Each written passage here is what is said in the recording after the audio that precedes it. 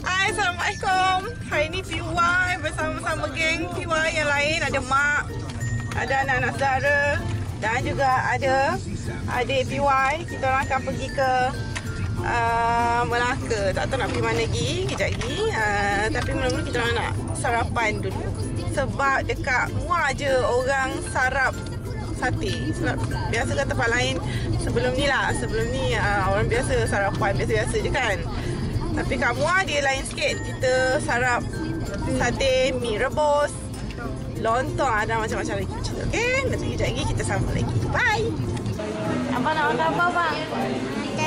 Sate. Mia nak makan apa? Nak makan sate enggak?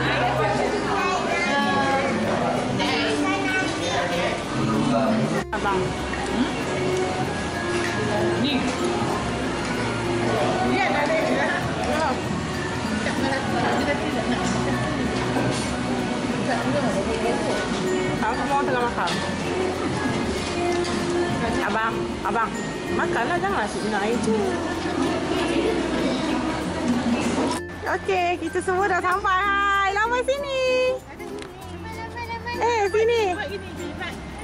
Sini. Hai. Dah sampai. Kita orang nak pergi jalan-jalan. Belum lagi sampai. Tak tahu lah nak beli apa. Tapi baby. Alah, nangis pula baby. Okey, dah jom. Hai, kita orang dah sampai. Abang, tu apa bang? Bunga apa bang? Apa tu? Bunga apa tu bang? Bunga apa? Ni bunga. Terima kasih. Bang, tu pun ada berdatang.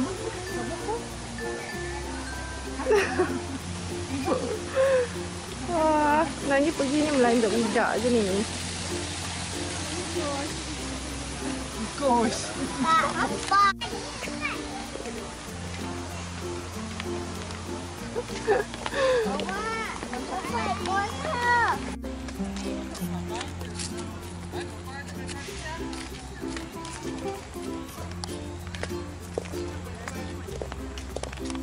Apa tu? Tu. Monyet.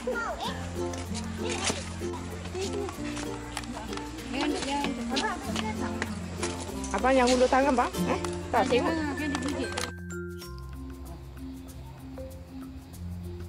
Abang, tu apa tu?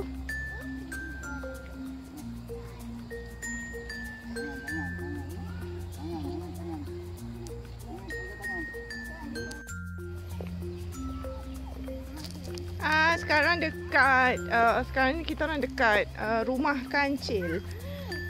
Tapi masih tak nampak dia punya kancil kat mana. Mana kancil?